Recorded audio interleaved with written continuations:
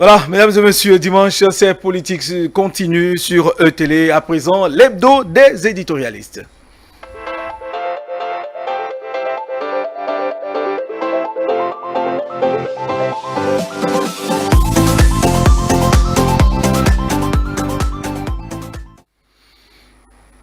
Nous en aurons 4 pour la matinée de ce dimanche. Je commence par le premier, Georgie Gabin Katake. Bonjour.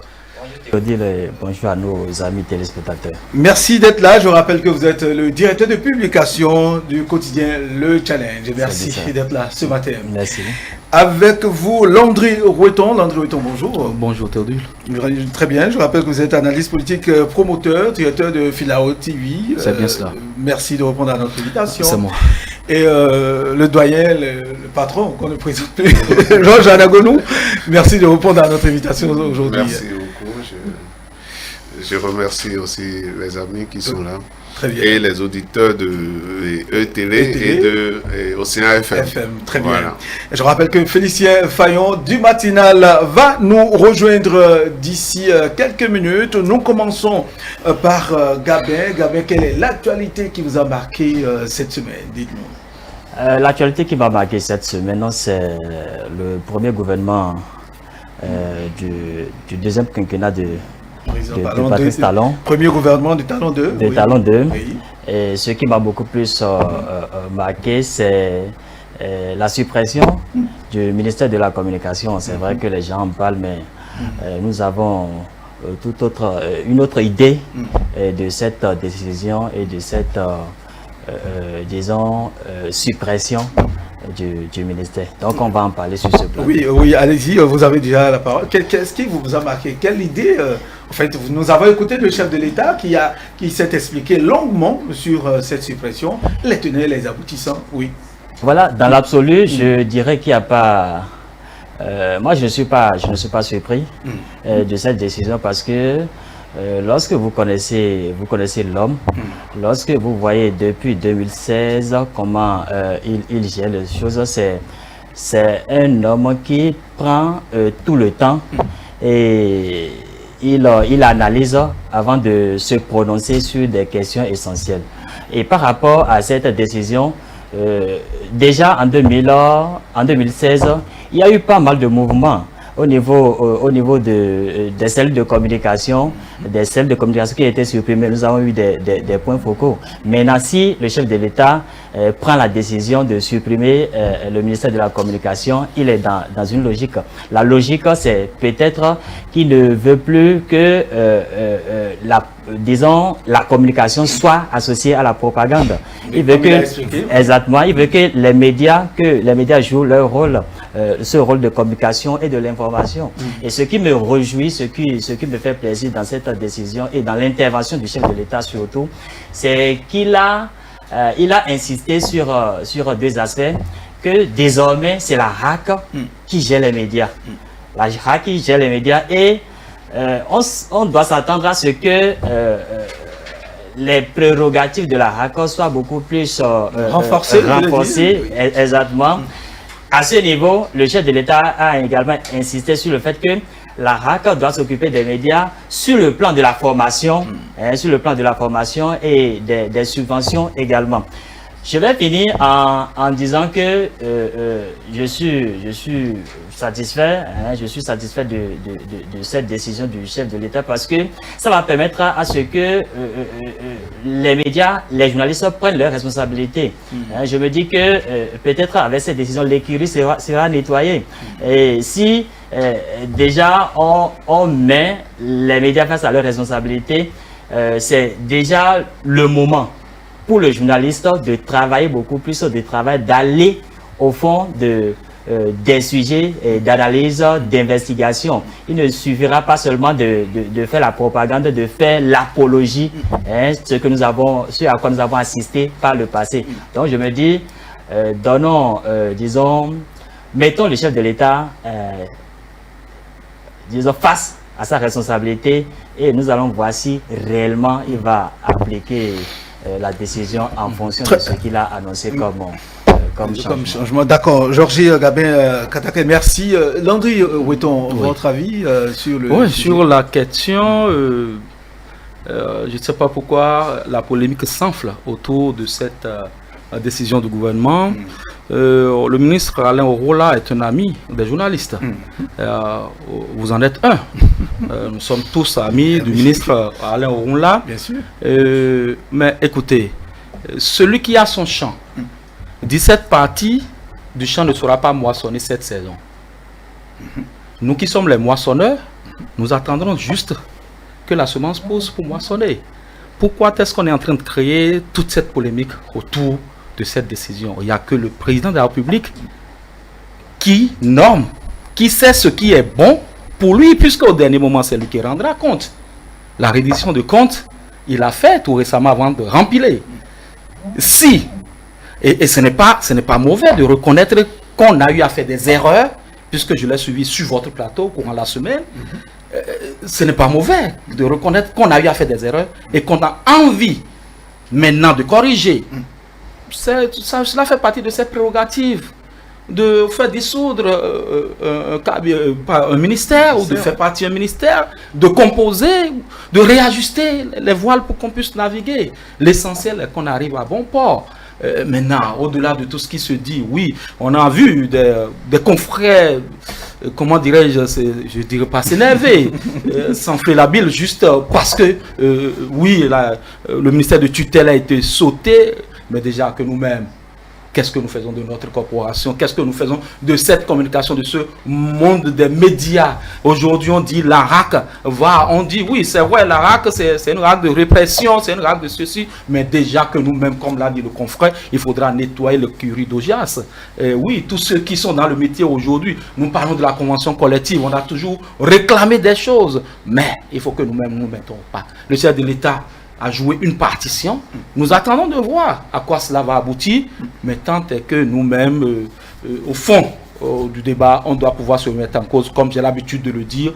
Tous ceux qui exercent le métier aujourd'hui ne doivent pas être appelés journalistes. Il y a ceux qui viennent par instinct de survie, il y a ceux qui viennent pour en faire juste un tremplin, et il y a ceux qui viennent par passion.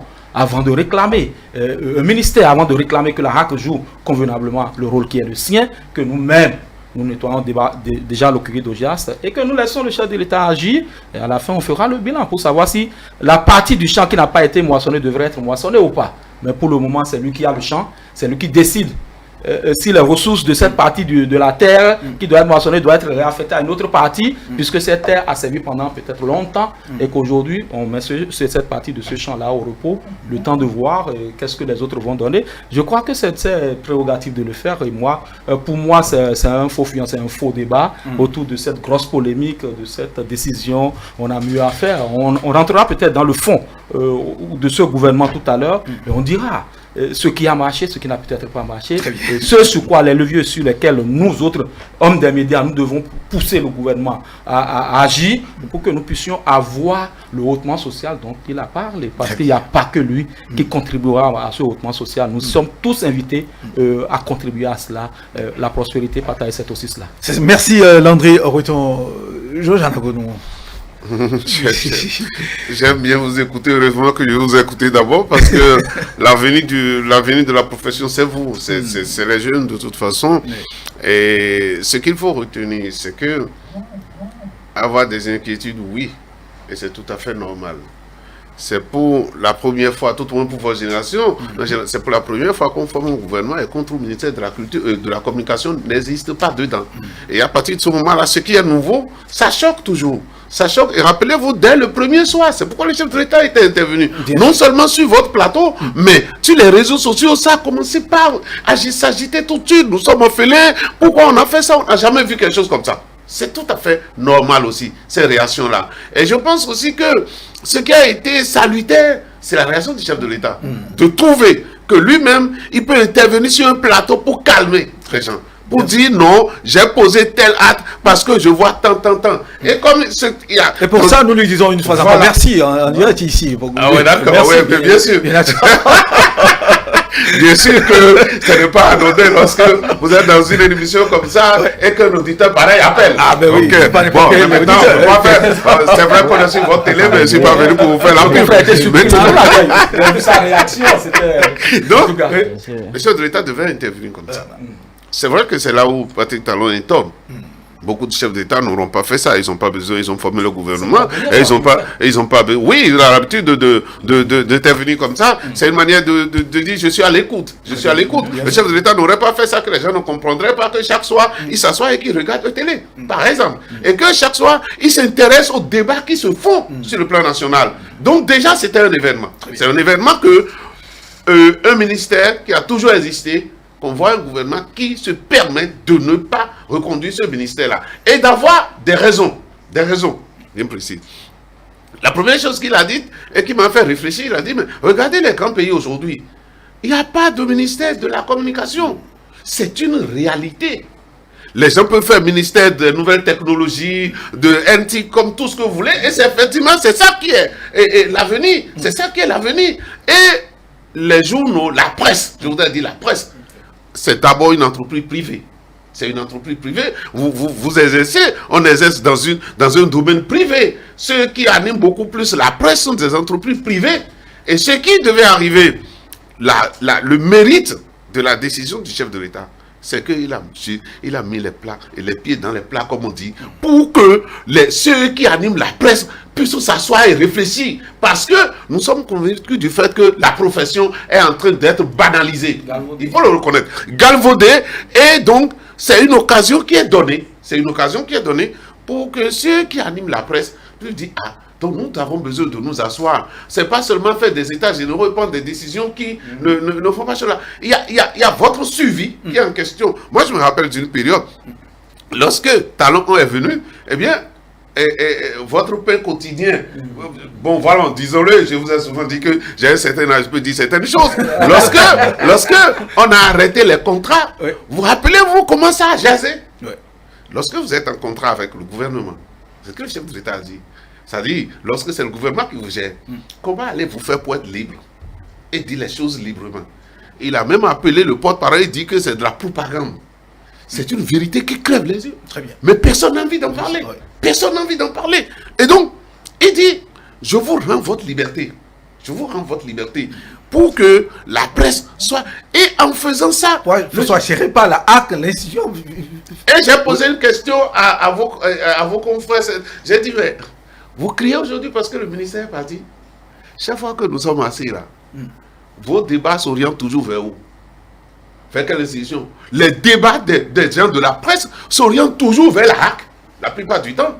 Vous parlez rarement de votre ministère, si nous voulons être honnêtes. Donc, les relations entre le ministère et les gens de la presse, et les relations entre la HAC et les gens de la presse, cherchons les valeurs et regardons vers où pense la balance. Si c'est que la balance pense aujourd'hui déjà, sans que les décisions soient prises, que vous êtes beaucoup plus intéressé par la HAC, je comprends. C'est la HAC qui peut vous interdire. D'accord? C'est la HAC qui peut interdire, qui peut fermer un organe, Qui peut donner l'aide de l'État. qui peut donner l'ordre de l'État. Et donc, votre suivi est là. Vous êtes tout ce que souvent, si vous voulez parler du palais, si les gens veulent passer, c'est souvent par rapport au contrat. Hein, sinon, on n'est pas si lié au palais. Donc, aujourd'hui, ce que le chef de l'État a fait permet que vous puissiez vous asseoir. Pourquoi ne pas former de grands ensembles? Moi, je dis vous, parce que moi, je suis dans la communication autrement. Moi, je fais la communication d'une structure de façon officielle. Mais vous qui êtes dans la presse privée, vous qui avez fait de ça votre entreprise, et vous devez vivre de ça, déjà, lorsque vous allez commencer par réfléchir, vous allez voir que de grands regroupements vont s'opérer dans la profession. Parce que exister seul comme ça, une seule personne, et il a sa presse, comme on le dit dans le métier, pour rigoler, qu'ils ont leur rédaction dans leur sac. Eh bien, ça ne serait plus ça. C'est là où ça mérite.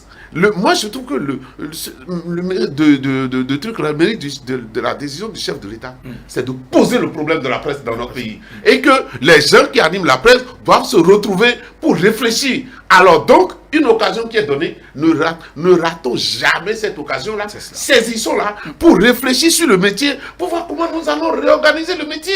Parce que, vous voyez aujourd'hui, j'en parlais rapidement avec Landry, pour dire quel est l'avenir de la presse web tout à l'heure, aujourd'hui, les web TV et tout ça, la presse digitale. Quel est l'avenir?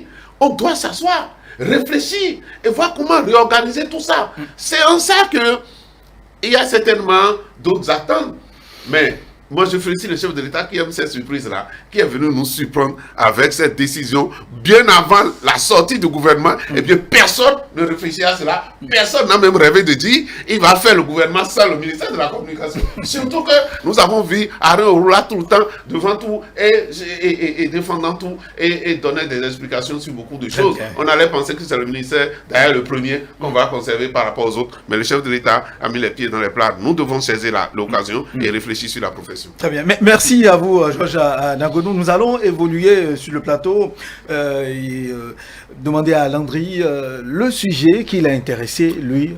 Je resterai dans la veine de ce que le confrère a choisi, Georges a choisi. Oui, Jordi, j'y arrive, excusez d'écorcher votre prénom. C'est le gouvernement, c'est toujours le gouvernement, puisque c'est l'actualité. Très bien. C'est la nomenclature de ce gouvernement et comme l'a dit le doyen Anagonou, personne ne pouvait imaginer cette nomenclature à quelques heures. On s'est tous fourvoyés en faisant des supputations, des extrapolations, en faisant des gymnastiques intellectuelles à trouver que tel doit partir et tel doit rester. Mais au finish, le gouvernement est sorti et nous avions vu 3 sorties, je crois, 2 entrées. C'est un peu ça avec la suppression d'un ministère. Mais les cadres, les têtes fortes sont restées. Et moi, quand on prend le précaré de ce gouvernement, suivez un peu mon regard, c'est déjà le ministre Wadani, fin chasseur d'investissement. Il est au-delà de la jeunesse de l'homme, c'est lourd, comme le dirait l'autre derrière, c'est très lourd. Oui, c'est beaucoup d'expérience. Quand vous voyez un ministre comme le ministre d'État Aboulaye Biotchane, de fin chasseur d'investissement, quand vous voyez monsieur comme René Koupaki, et Pascal et René Koupaki, qui est toujours en embuscade, qui ne sort plus trop, mais qui abat un travail colossal dans le gouvernement. Quand on sait quelle a été sa place dans le programme d'action du gouvernement et quand on sait aujourd'hui que de façon officielle le conseiller spécial, très spécial du chef de l'État est très discret mais très vigilant, je veux parler de M. Johannes Dagnon, aujourd'hui est reconnu, repositionné dans l'arène et quand vous voyez à côté de tout ça quelqu'un qui est venu et que personne ne connaît et que nous avions cherché à connaître, le jeune Aguemon Ahmed, le ministre conseiller en charge des investissements auprès du chef de l'État. De l'innovation, c'est du lourd, comme on le dit. Ce n'est pas un jeu d'enfant de cœur, ce n'est pas de la rigolade. Et quand on voit un peu toute cette ossature déjà, et au-delà de ça, il y en a qui se Qu'est-ce que cela occure? Non, ça dit pour ma petite lecture, on a défriché le champ. Je me rabats toujours sur ces images-là. On a défriché le champ et c'est maintenant que l'on veut semer. Et quel temps prendra cette semence? Le chef de l'État a dit qu'il a déjà semé pendant 5 ans. Je crois que c'est maintenant qu'on veut réellement semer parce qu'il fallait désherber. Il y avait trop de choses à régler. Aborder d'autres étendues. Et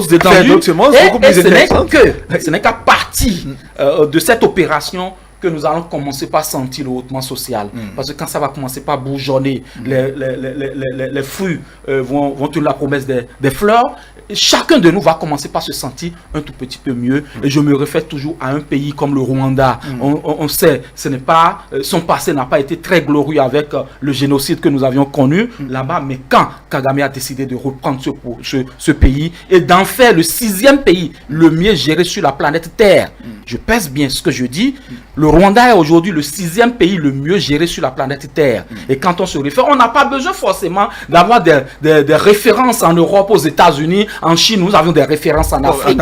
Aujourd'hui, quand vous prenez le Rwanda, c'est une référence, on ne peut pas se leurrer. Et quand on a de ces genres de clichés, je crois que le Bénin ne rêve pas trop, nous pouvons y aller. Et c'est ce que le chef de l'État a voulu peut-être démontrer. Il y a d'autres choses derrière ce gouvernement. Nous n'aurons pas le temps de tout dire ici. On ne pourra pas tout dire. Nous allons écouter Gabin Jordi Katake sur la question. Ouais. Théodie, par rapport à ce gouvernement, je dirais a posteriori qu'il n'y a pas eu de changement, que le chef de l'État a gardé l'ossature de 2016.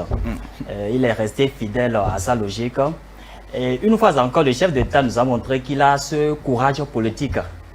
Il a ce courage politique parce que beaucoup de personnes s'attendaient à ce qu'il change véritablement l'équipe avec des partenaires d'autres partis politiques, BAUP, etc., les autres aussi. Ce qu'il n'a pas fait. Et ce qui m'a également étonné et ce qui m'a surpris par rapport à ce gouvernement, à cette équipe, c'est que pour la publication officielle de la liste, il y a eu un peu de mutisme, il y a l'omerta, voilà, il y a l'omerta autour de la liste et il y a beaucoup de silence. Et c'est juste quelques minutes après qu'on a commencé par voir les noms.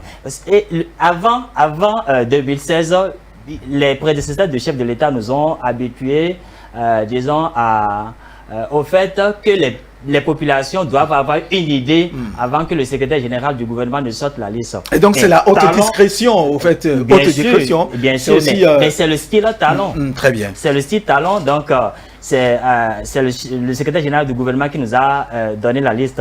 Maintenant, au-delà de ça, il y a également les partenaires politiques qui ont pris acte de la décision. Merci beaucoup. Il y a le porte-parole de l'UDBN, par exemple, qui a salué cette dynamique du chef de l'État et qui a dit que l'UDBN accompagne toujours, disons, la dynamique talent. Il n'y a pas eu de réaction contraire au niveau des autres partis qui ne se politiques. sont pas retrouvés dans le gouvernement. Exactement. Très bien, merci. Donc, c'est pas le gouvernement c'est pas une fin en soi. C'est pas une fin en soi. Il demeure toujours des partenaires politiques du chef de l'État et ils doivent continuer et voir dans quelle mesure il peut travailler pour le développement du Bénin. Diana Gonon, votre avis? Vous avez suivi les uns les autres? Non, je l'ai dit, il faut le reconnaître, quand nous sommes dans la presse, que nous avions pris des risques en pronostiquant, beaucoup d'entre nous. On a pronostiqué, heureusement qu'on n'y a pas mis de l'argent, parce qu'on aurait beaucoup perdu. Moi, le premier j'avais analysé un peu partout sur d'autres plateaux qu'ici en disant, bon, ce gouvernement, voilà celui qui va être vraiment politique. Va être vraiment politique. Surtout que dans son message, le chef de l'État a dit un quinquennat hautement social. C'est ce qu'il a dit. Et quand nous connaissons la technocratie qui a prévalu sur ce gouvernement qui est en train de partir, et pourrait pas en être autrement d'ailleurs, parce que le chef de l'État a opté pour, il s'est dit que lorsque les bases économiques ne sont pas bien définies dans un pays, que le pays ne peut pas évoluer. Il s'est dit ça. Étant dit que c'est un homme d'affaires, c'était sa base dès le départ. Il faut reconstruire, il faut une reconstruction économique de ce pays-là. Et donc, les têtes qu'il a souvent choisies sont des têtes qui sont pétries en dedans. Vous avez vu, Landry a commencé par citer certaines personnes. Moi, j'avais seulement une crainte, parce que j'en ai vu ailleurs. C'est qu'il faut la reconstruction économique. Prenez le régime du président Soglo, quand il est venu en 90, et choses là. L'idée, l'objectif était à la reconstruction économique. Nous savons où est-ce que nous en étions avec notre économie quand Soglo est venu. Donc il fallait tout faire. Il fallait tout faire pour faire une vraie reconstruction économique. Et nous, à l'université en ce moment-là, d'ailleurs, quand il voulait renouveler son mandat, nous étions opposés, notre génération. On a dit non à l'université, quand on fait le bilan, son bilan est négatif. Parce que vous savez ce qu'il a pu faire pour nous? Il a fait, quand vous entrez à l'université jusqu'au niveau du rectorat, ils ont fait de pavés. C'est tout ce qu'on a eu. Et nous nous disions que, mais on s'est bagarré, nos aînés ont été tués, et il est venu, et en plus, le texte qui était venu, le décret de Boussé Secours, était un décret plus corsé que le décret que nous avions avant qu'il n'arrive. Et donc nous nous sommes dit, celui-ci là, il est venu pour nous tuer. Et par conséquent, il faut aussi l'abattre.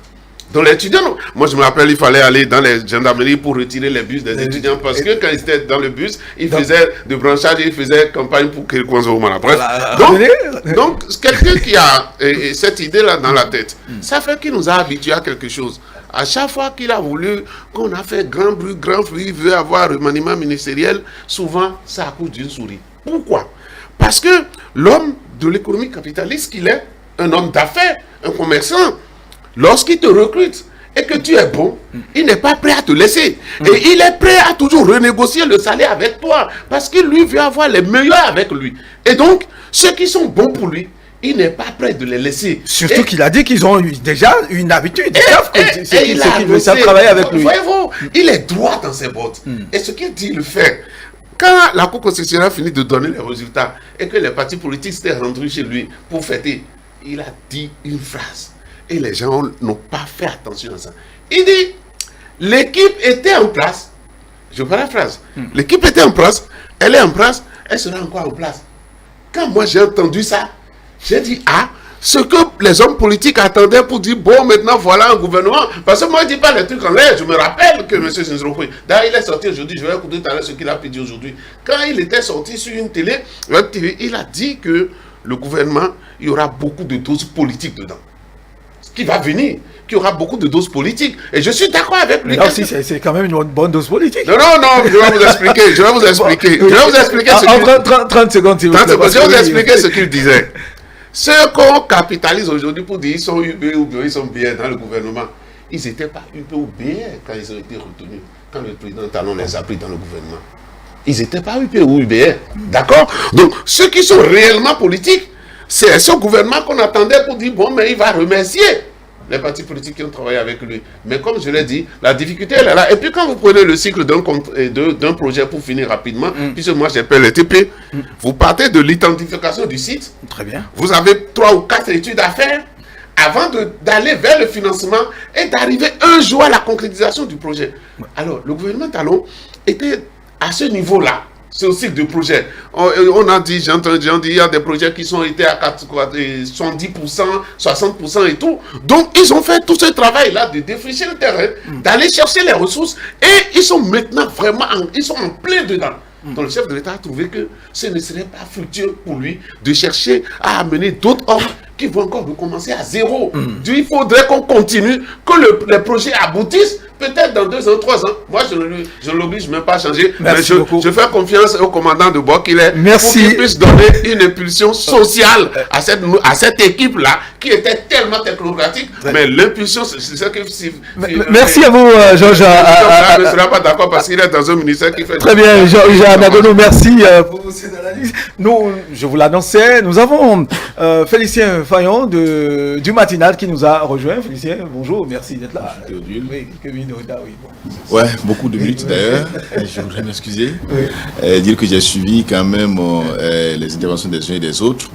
Je pense que le président Talon s'est inscrit dans la continuité de l'action qu'il a entamée depuis 2016. Vous savez, le programme d'action du gouvernement, c'est de 2016 à 2021. Et 2021 n'est pas encore terminé. C'est vrai que si il n'avait pas été réélu, on l'aurait jugé sur ce qu'il a eu à faire. Mais comme le peuple lui a renouvelé donc sa confiance, je pense qu'il poursuit le programme qui a été défini depuis 2016. Et sûrement qu'en fin d'année 2021, c'est sûr que notre programme sortira. Pas forcément pour changer des choses, mais pour la poursuite des actions qui avaient été entamées. Vous savez, quand on prend le projet Asphaltaï, c'est pas fini. En fait, beaucoup d'autres projets ne sont pas encore terminés. Et donc, sûrement, il s'inscrit dans cette logique-là. Et c'est pour ça qu'à mon avis, il n'a pas jugé utile de remanier l'équipe à 30, 50, 60%, 70% pour le bonheur des uns et des autres. Mais lui, il travaille pour le bonheur du peuple, pas pour satisfaire un parti politique, pas pour satisfaire quelqu'un. Je l'ai dit ici sur ce plateau une fois, à lire donc les actes que pose le chef d'État, c'est comme si lui, il ne nomme pas des gens pour les enrichir. C'est-à-dire qu'il ne vous fait pas appel pour travailler avec lui parce qu'il veut vous aider à devenir riche, parce qu'il veut vous aider à construire votre maison. Ce n'est pas ça en fait. Il vous appelle certainement parce que vous avez des compétences. Et c'est ça qu'il exploite au profit donc du peuple, et ça s'arrête là. C'est pour ça que ceux qui disaient qu'il fallait changer toute l'équipe pour permettre aussi à d'autres d'aller aussi goûter à ce qui se passe là-bas, ceux-là sont aujourd'hui déçus. Je pense que nous devons le comprendre à partir de cet instant, et ceux qui ont des ambitions disant doivent conjuguer ces ambitions-là au passé et savoir que bon, s'il y a une manière pour nous d'accompagner le gouvernement, on n'a qu'à le faire. De travailler. Alors, nous restons toujours avec Landry Breton par rapport au second sujet. Vous avez... je ne sais pas si Félicien Fayon a vidé le sujet sur le remaniement. Sur il a pris du retard. Oui, il a son point de vue. Non, le second sujet que moi j'ai eu à mon niveau, c'est un sujet qui a été absorbé par 2 ou 3 événements. Il y a le Novicha qui est passé, c'est pas mon sujet. Il y a l'investiture du chef de l'État, mais aussi le gouvernement. Il y a eu cet acte posé par le chef de l'État qui est passé sous silence, selon moi, et qui devrait être relayé, magnifié, comment dirais-je, je ne trouve pas tous les qualificatifs de cet acte posé, parce que c'est un sujet sur lequel j'ai beaucoup planché, et ma rédaction a eu à faire 7 reportages sur ce sujet, et c'est la libération de la bande côtière de Fidjosé. Je ne sais pas si vous en avez déjà parlé sur ce plateau, mais c'est un sujet pour l'avoir vécu, et j'ai eu à rencontrer la communauté, j'ai eu à rencontrer la communauté islamique sur la plage, j'ai rencontré les ressortissants, les autochtones qui occupent cette bande, j'ai rencontré ceux qui exploitent, que ce soit les tenanciers de bars et de restaurants, et vous ne pouvez pas imaginer tout ce qu'il y avait eu comme amertume, tout ce qu'il y avait comme désolation, et c'était beaucoup d'emplois qui devraient partir en fumée, et quand le ministre du cadre de vie a décidé que la plage soit libérée pour un projet. Oui, ce n'est pas que ce n'est pas une décision mauvaise, ce n'est pas une décision sur un coup de tête. C'est un travail de longue haleine qui a été fait sur cette bande, et les gens savaient déjà qu'ils devraient partir. Mais quand on voit un peu le social de ce dossier, j'ai dit à ceux-là qui se lamentaient, attendez, le chef de l'État dira quelque chose. Il a vraiment dit. Et c'est ça, j'ai été ému. Et quand j'en parle, encore là, j'ai la chair de poule. Parce que à côtoyer tout ce monde, vous ne pouvez pas imaginer tout ce qui se disait, tout ce qui se vivait déjà. Mais le chef de l'État est allé lui-même sur le terrain. Pas pour dire que le ministre de cadre de vie n'a pas fait le travail, mais il est allé voir, sentir la chaleur de cette population, de cette frange de la population qui squattait.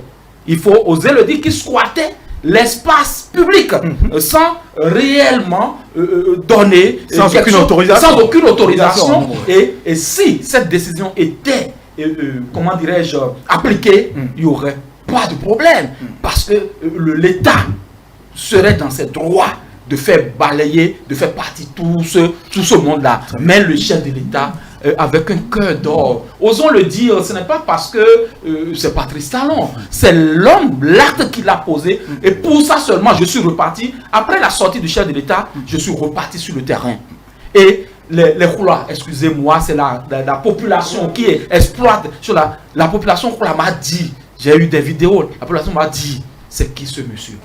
Je dis, il vous a promis qu'il fera du social, et c'est déjà ça. Mais malheureusement, l'investiture, son investiture, le remaniement, tout cela est passé. Sur cet acte-là qui a été posé, et je crois que les médias doivent revenir sur ce sujet pour montrer que c'est déjà un acte salutaire, parce qu'il y a des structures qui emploient près de 200 personnes sur cette bande côtière-là, avec des salaires qui dépassent le SMIC. Des tenanciers, des serveurs de bar sont à 50 000 francs le mois, sont nourris, sont pratiquement logés par un tenancier de bar. Merci beaucoup, Landry. Nous avons suffisamment compris. Oui, Gabin, est-ce là le premier coup du social que le chef d'État a lancé? C'était même avant son investiture. Non, ce n'est vraiment pas le premier coup du social. C'est un signal du gouvernement Talon. Oui. C'est vrai qu'au début, les gens ont tellement critiqué ce gouvernement qui n'a pas eu de social, qui n'a pas assez de social, là, contrairement au gouvernement précédent. Talon 1 voilà. Bon, pas Talon 1, au gouvernement Yahi. Ah, d'accord. Voilà, au gouvernement Yahi, parce qu'il y avait de l'argent qui se distribuait au niveau des femmes et tout. On a accusé le gouvernement Talon de n'être pas totalement dans dans le social. Maintenant, par rapport à ce qui est fait, il faut déjà saluer déjà la volonté du chef de l'État. Mais il faut repartir déjà, faire un feedback pour comprendre que cette décision de libération de la bande côtière, disons, en quelque sorte, une décision qui tient compte d'un projet touristique. D'un projet touristique. Donc, si on devait libérer ceux qui occupent l'espace public, ce n'est que de droit. Maintenant, si le chef de l'État est revenu sur la décision qui était prise, on peut déjà saluer le chef de l'État et voir dans quelle mesure le chef de l'État écoute la population et tient compte des doléances des populations, Très tout bien. simplement. Merci. Félicien? Oui, vous savez, cette décision, le chef d'État l'a certainement prise après analyse. Vous savez qu'il est prévu en réalité la réalisation d'autres infrastructures dans cette zone-là. Ce n'est pas que si on libérait cette bande-là, elle resterait vide. Il est prévu normalement, parce que la route des pêches, en dehors donc de la route elle-même, c'est qu'il y a des infrastructures hôtelières qu'on doit réaliser là. Il faut que les touristes qui doivent venir puissent quand même avoir là où dormir, il doit avoir des restaurants, il y a certains standings, il doit avoir beaucoup de choses, tout est prévu là.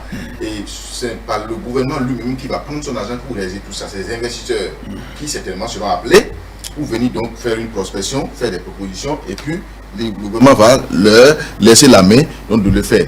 Et si déjà il y a des investisseurs qui ont commencé par investir là, même si ce n'est pas encore à la hauteur de ce qu'on aurait prévu ou souhaité, même si ce n'est pas encore le goût, d'accord, de ce que le gouvernement a prévu, mais pourquoi les détruire alors peut-être qu'on n'est pas encore prêt pour faire le gros investissement?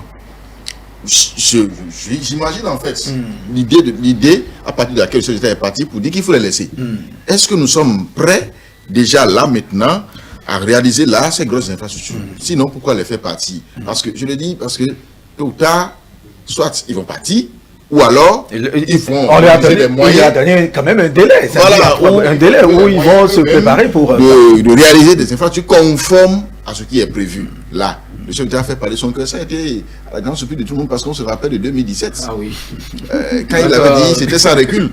Et donc c'est pour ça que quand le communiqué est passé, tout le monde s'attendait à voir. Il y en a qui avaient déjà décoiffé leur maison, parce que les gars étaient en train de partir. Et c'est ça un chef. Oui, c'est ça un chef. C'est ça un chef. Quand tu dis, il faut pouvoir faire pour que tes administrés ou bien ceux que tu diriges, tes mandats, puissent te croire sur parole. Quand il a dit effectivement, tout le monde le croit, mais quand il est allé lui-même, il a fait encore plus fort, si vous le permettez. Il a demandé à ce que même dans les brefs délais, qu'on puisse donner l'électricité et l'eau à tous ces investisseurs qui, comme tu l'as dit, ont investi.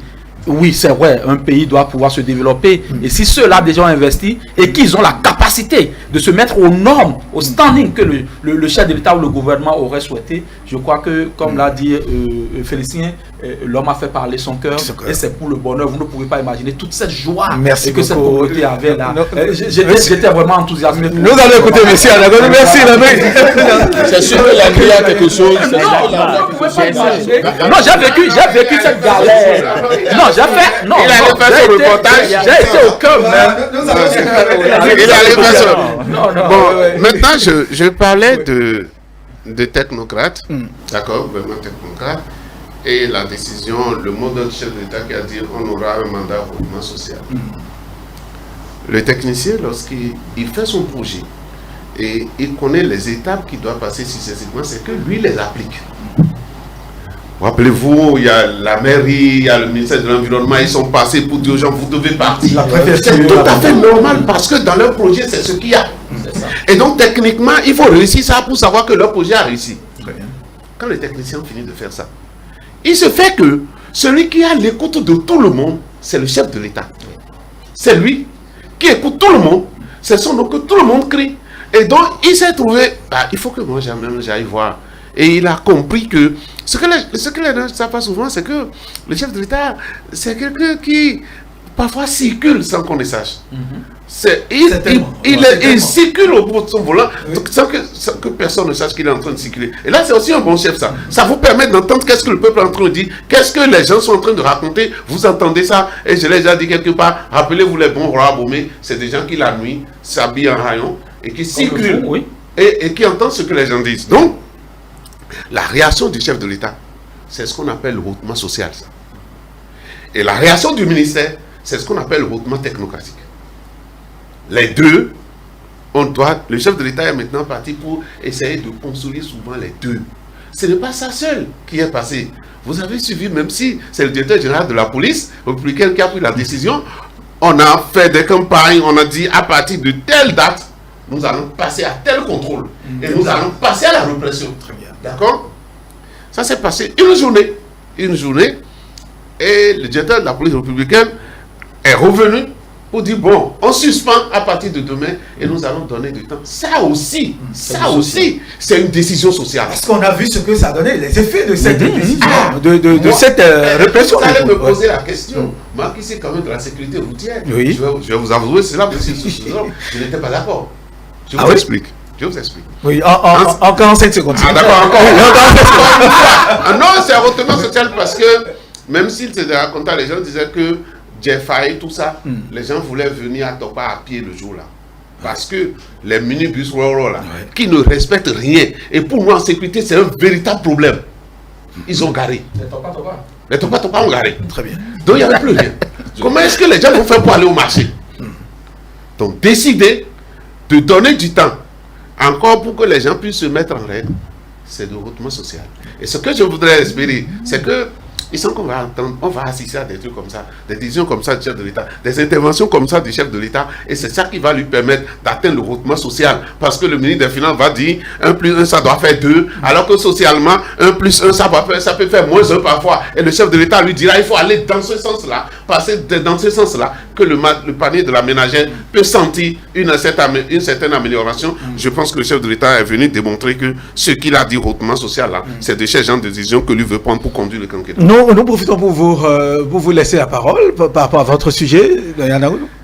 Voilà, je pense qu'on a essayé de brosser ça un peu, mais je voudrais dire c'est la situation de ce qui a été une surprise en quelque sorte. C'est vrai, le PRD est entré au gouvernement. J'ai entendu quelqu'un dire timidement. Je ne veux pas le dire, un ministère, c'est un ministère. Mais je ne sais pas combien le chef de l'État voulait leur donner. Mais l'UDBN, Moël Bénin, voilà des gens qu'on attendait au gouvernement et qui ne sont pas venus. On peut se poser la question, quelle sera leur attitude prochainement? Et ça aussi peut nous montrer aussi l'aura de celui qui dirige notre pays aujourd'hui, qui est le président Talon, qui n'a peur de rien et qui pense que ce qui est bon pour le peuple, si on doit le faire, c'est qu'il faut le faire, quel que soit ce qui va se passer. Très bien. Alors, moi, je me suis dit, si c'est ça, et j'ai déjà suivi le communiqué de Moël Bénin, qui s'est réuni et qui a dit, le chef de l'État nous a reçus et il nous a expliqué pourquoi est-ce qu'il veut continuer avec cette équipe-là. Et il nous a dit, dans la République, il y a encore beaucoup de choses à faire. Absolument. Et que chacun trouvera sa place.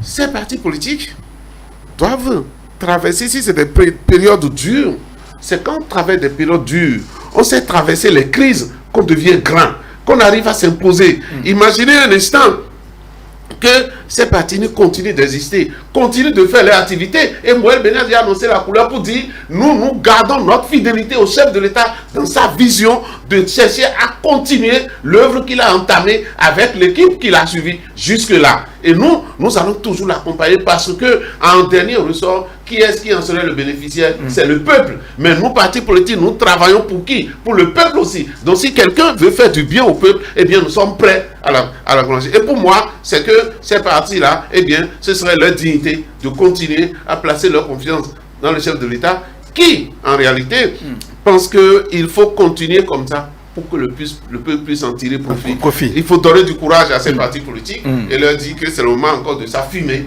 plus qu'hier, qu'ils sont de vrais partis politiques et que ce n'est pas pour un poste ministériel seulement que leur parti existe. En une minute, Gabin, votre avis sur le sujet? C'est vrai qu'entre-temps, vous l'aviez abordé, oui. Bien sûr, mais ce que je vais juste dire à propos de l'entrée du PRD au gouvernement, un seul membre d'ailleurs au gouvernement, c'est que jusqu'à présent, il n'y a pas eu de désaveu. Il n'y a pas eu de désaveu au niveau des autres partis politiques. Au-delà de Moël Bénin, qui a sorti un communiqué, je crois que le porte-parole de l'UDBN s'est également prononcé sur la télévision nationale. Voilà, donc le PRD, disons, l'UDBN s'est prononcé, Moël Bénin s'est prononcé. Bon, le PRD a un membre du gouvernement. Le PRD aussi s'est prononcé. Voilà, donc disons que ces partis, quand on tient compte quand même de ces réactions, on peut dire que ces partis sont décidés à suivre, à continuer dans la même logique et à travailler en symbiose avec le chef de l'État, avec Patrice Talon. Très bien, oui. Félicien? Vous savez, l'entrée du PRD au gouvernement, ce n'était pas une obligation, selon moi. Parce que si nous nous mettons dans la logique, d'accord, du fait qu'il faut donner aux partis politiques une certaine puissance, une certaine capacité, afin que si un parti travaille pour avoir le pouvoir, il gagne le pouvoir et il l'exerce. Parce qu'à la fin, compte rendu, bien compte lui en sera demandé. Absolument. Aujourd'hui, nous savons clairement qu'il y a deux grands partis politiques qui soutiennent le chef d'État, qui sont avec lui, qui prennent tous les risques avec lui. C'est le BR et l'Union progressiste. Il n'y a que ces deux-là. Les autres partis sont des partis en quelque sorte satellites. Il faut oser le dire. S'il y a un compte qu'on veut demander aux PRD, on vous dira qu'il est parti satellite. Encore moins le modèle. Dans la logique des choses. Non, dans la logique des choses. Non, je ne suis pas sévère. Non, pas du si tout. Aujourd'hui, le gouvernement qui est là commet une erreur, on s'attaque à qui? On s'attaque à l'UP ou au BR? C'est clair. On n'ira pas s'attaquer. S'il vous plaît, on n'ira pas s'attaquer. On n'ira pas s'attaquer au PRD. Pourquoi pas? Non. Suivez-moi, s'il vous plaît. Parce que le PRD n'était pas au gouvernement, mais maintenant le PRD est au gouvernement. Quand il n'était pas au gouvernement, écoutez, les deux partis UP et BR là, ce sont des partis issus d'où? C'est des grands regroupements. Quand le président Talon avait dit, ceux qui sont avec moi n'ont qu'à former de grands regroupements. Dans la logique de la charte des partis politiques. C'est ça qui est. Non. Et donc, si le chef de l'État est arrivé à désigner quelqu'un du PRD pour aller au gouvernement, c'est peut-être. Après analyse du comportement, d'accord, des ressorts du parti PRD, l'attitude des militants face à tout ce qu'ils ont connu comme difficulté, d'accord, en raison de l'application de certaines lois qui sont en vigueur. Mais ils se sont tus, ils ont fait preuve de sagesse et ils ont accompagné le chef d'État. S'il vous plaît, moi les Nécans. C'est ça en fait. Non, vous n'avez pas comparé Mouel et le PRD. Vous n'avez pas comparé Mouel et le PRD. Justement. Non, c'est pas bien de comparer les partis. C'est ça. Non, justement, vous n'avez pas comparé ces deux partis politiques là. Et donc peut-être que le chef d'État, donc au vu donc de leur sagesse, du fait que bon, ils l'ont accompagné et tout ça là, et peut-être, on ne sait pas, c'est peut-être pour des raisons hautement stratégiques et politiques et que lui seul il connaît. Mais moi je dis, si vous pensez que il faut en donner au PRD, d'accord, pourquoi ne pas en donner au parti FCDB ou bien c'est pas. Il y a plein d'autres partis, pourquoi ne pas leur en donner? FCDB c'était en réalité constructive. En réalité, lorsque M. Anago nous-même le sait, lorsque vous êtes dans un pays, vous êtes un parti politique, pour que vous soyez représentatif, c'est qu'il faut avoir des élus. Ouais, absolument. C'est d'accord avec moi. Et si vous avez des élus, le pouvoir vous considère, vous tend la main, travaille avec vous. Et fait un partenariat avec vous. Ouais. Mais si vous n'avez pas d'élus, aujourd'hui le PRD a des élus locaux. Vous êtes d'accord avec moi que le PRD a des élus locaux. Les délégués de village, les chefs quartiers, le PRD continue d'en avoir. Et donc tendre la main au PRD, travailler le PRD n'est pas forcément une erreur. Mais ça ne pourrait pas forcément être la même chose que les autres partis dont vous parlez, les autres partis que vous citez. D'accord. Donc pour moi, c'est tu fais partie de ceux qui ont écrit pour dire que le PRD et le UDBN est en train de crier pour rien, que non, au contraire, moi j'ai salué l'attitude de l'UDBN. Il faut voir comment l'UDBN a moué le maillot. Malheureusement. Voilà. Landry, votre avis, en une minute, votre avis sur la question, s'il vous plaît. Non, je crois que le contenu de cette question a été vidé par les deux intervenants, mais je voudrais épouser un peu ce que Félicien a dit. Quand on est en politique, c'est pas pour les beaux yeux de quelqu'un. Vous venez avec moi parce que vous avez quelque chose à faire valoir. Et le PRD, depuis un certain temps, a perdu des plumes, beaucoup de plumes. Et je me rappelle encore ces séances avec le président du PRD, Maître Adrien Mouguedi. Je me dis, est-ce que cette fois-ci, avec l'entrée de M. Raphaël Lacontagnon au gouvernement, le PRD va rentrer dans un bloc où continuera à faire cavalier seul? C'est juste une question que je me pose. Oui, je ne sais pas, parce que nous sommes déjà à quelques... non, nous sommes déjà à quelques encablures des législatives. 2023, c'est pas loin. C'est dans un an et demi pratiquement. Comment est-ce que le PRD va actionner, va manœuvrer pour avoir des députés pour la prochaine législature? J'en sais rien du tout. S'organiser en tout cas. On espère bien et qu'il y aura toujours cette harmonie là la lune de miel entre le PRD et puis le chef de Est-ce l'État. que vous pensez que ce qui reste du FCDE là aujourd'hui est plus truc là, est plus chose là que le PRD? Ceci reste un autre débat, mais quoi qu'on dise, c'est un peu ça, moi, ma lecture. On aurait souhaité que ceux qui vont avec le chef de l'État puissent réellement mouiller le maillot, comme on le dit. Le PRD, Félicien l'a dit, on a encore des élus, les chefs quartier, les chefs de village et tout le reste. Est-ce que c'est suffisant pour avoir, pour être, comment dirais-je, siégé, pour pouvoir siéger au sein de ce gouvernement? Le chef de l'État seul sait ce qu'il faut faire. S'il a appelé M. Raphaël Akoten avec la bénédiction certainement du président Adrien Mungwedi, c'est qu'il y a forcément des deals, il y a des choses à faire pour que tout cela puisse s'harmoniser. Mais tout ce que nous disons, que le hautement social, le PRD aussi puisse participer à cela. Si vous me permettez en 10 secondes, la position qu'occupe le PRD au gouvernement aujourd'hui est une très bonne position pour le pouvoir lui-même. Vous savez pourquoi? Le ministère de la décentralisation, c'est le ministère qui contrôle les préfets, les maires. Les préfets, il y en a qui sont UP, il y en a qui sont BR. Les maires, il y en a qui sont UP, il y en a qui sont BR. Parfois, pour sanctionner des préfets, pour sanctionner des maires, les suspendre, les CA, tout ça là, si le ministre lui-même, il est de l'un des partis politiques, notamment UP ou BR, vous savez que la décision pourrait être difficile à prendre. Mais aujourd'hui, un ministre neutre, c'est-à-dire qu'il dit neutre, c'est que il n'a pas de préfet, il n'a pas de maire, il n'a pas de CA. Ça va être très facile pour lui. Le ministère devient républicain. Le chef d'État que le ministère devient républicain. Non, c'est clair, ça a été comme ça. Mais je pense que le casting est très bien fait. Le casting est très bien fait et ça va aider même. Très bien. Alors, nous allons féliciter un sujet. Sinon, nous allons aborder le tout dernier et puis sorti avec lui, parce qu'il y a Gabin qui a un dernier sujet. Oui, mon sujet, je crois que vous l'avez même vidé pratiquement avant que je ne vienne. Ah, d'accord. Le mandat hautement social. Oui. En fait, c'est ça. Mais j'ai comme impression que beaucoup n'ont pas fait l'effort de comprendre ce qui est dans le mandat hautement social. Dis-nous. En une minute. Pas d'argent distribué, on est d'accord avec ça. Que quand vous êtes avec Talon, c'est que vous travaillez, vous gagnez ce que vous méritez. Ça, c'est clair. Mais le hautement social, c'est que ça a déjà commencé. J'ai vu hier circuler des images de routes, de Paouian, il y en a de routes. C'est-à-dire, ça règle un problème social. Si vous deviez quitter cette zone pour aller à Dassa et qu'il fallait continuer par Boycon, ça règle déjà un problème social. L'agriculture aujourd'hui, pour faire écouler les produits agricoles dans cette zone-là, c'est facile. C'est un problème hautement social qui est réglé comme ça. Il en est de même pour l'eau, il en est de même pour l'électricité, pour l'Internet, dont le déploiement est en cours un peu partout dans le pays.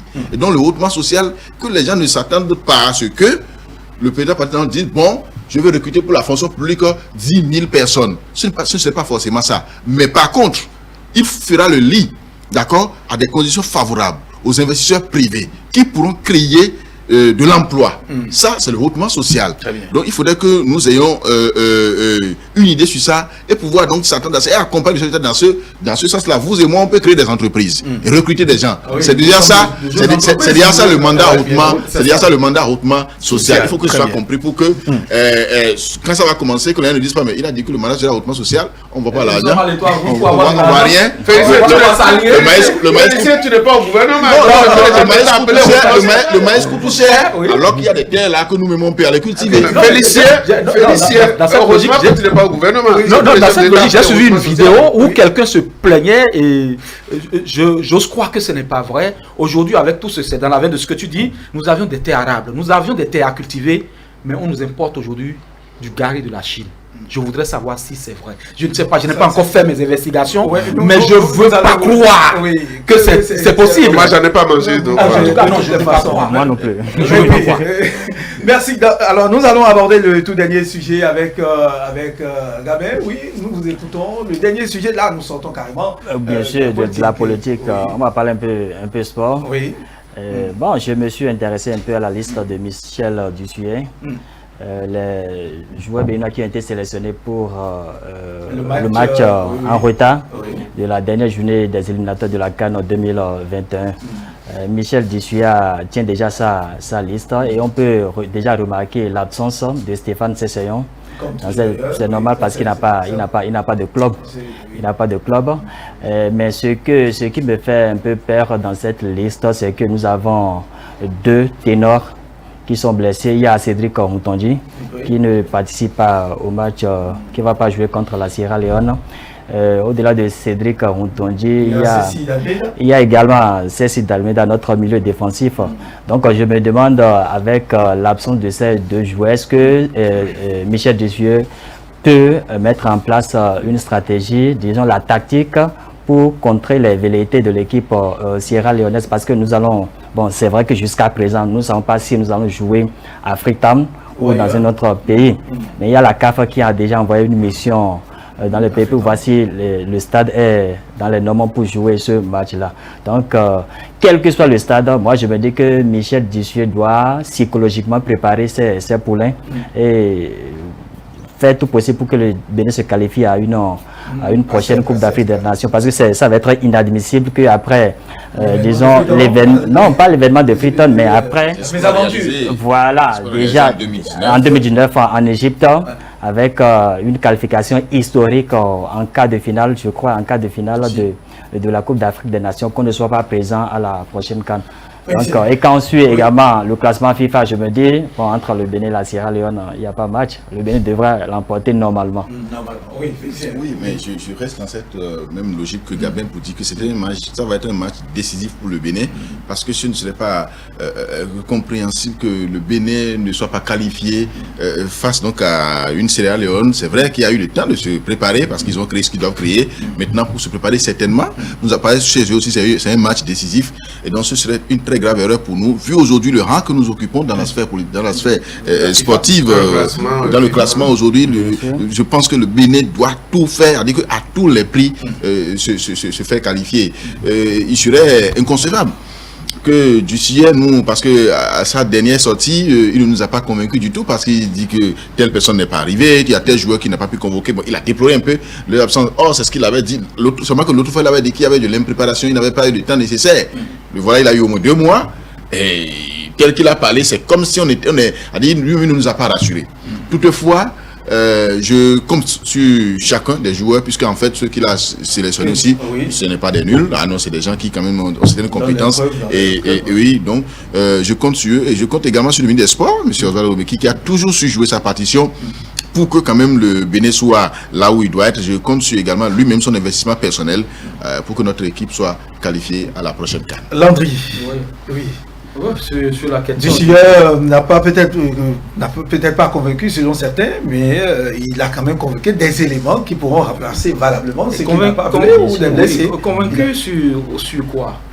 Sur la convocation de ces joueurs ou sur le parcours de M. Desuyer? C'est pourtant le même qui nous avait fait des exploits en Égypte en 2019. Moi, je n'adore pas trop cette façon de pouvoir juger les gens par vous, mais ça se dit sur des questions, sur des sujets aussi minimes, des erreurs, je dirais pas erreurs.